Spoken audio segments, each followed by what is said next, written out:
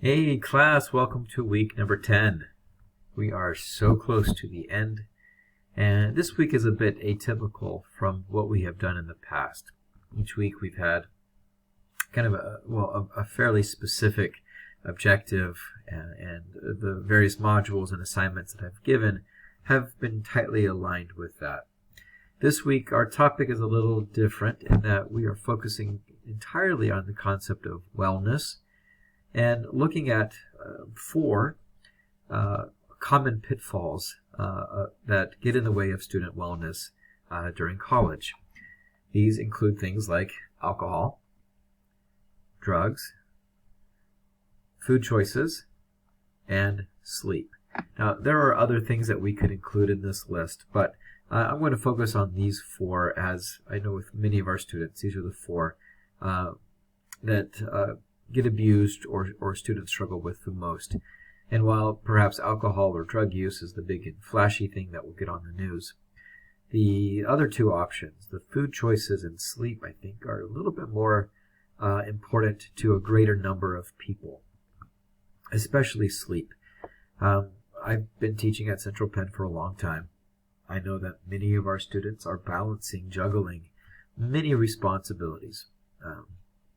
I'm sure many of you will can relate with this concept of getting up, getting kids off to school, or just getting yourself ready for the day, working a full-time job, or going to work, going to classes, trying to complete assignments, trying to get kids to doctor's appointments and practices, and all the things that are involved with managing a family or a loved one. Some of you may be dealing with illnesses that you're balancing. And when there's only so much time in the day and there's so much to do, one of the things that we often set aside is our sleep. So I'm going to just, in each of these units, give you an overview of why this thing is important, how it's most commonly abused, and give you kind of a least, at the very least, do this.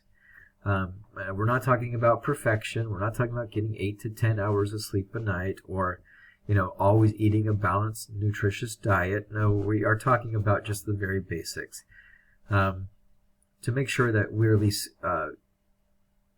keeping away the worst effects that can come by abusing any one of these four things.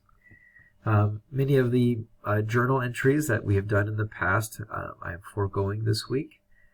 Largely, this is a chance for introspection, to learn a little bit more about things that you probably already know a little bit about, and to hopefully make some plans to improve. We are tackling this in week 10, which I do recognize is a fairly stressful week, but I do hope these are things that you could take into consideration to internalize and try your best to include these as part of your just daily routine.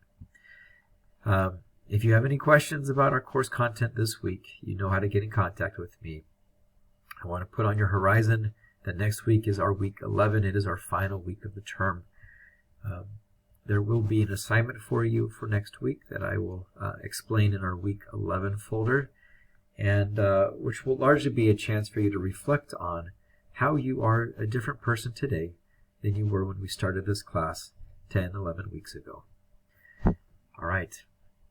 Be well.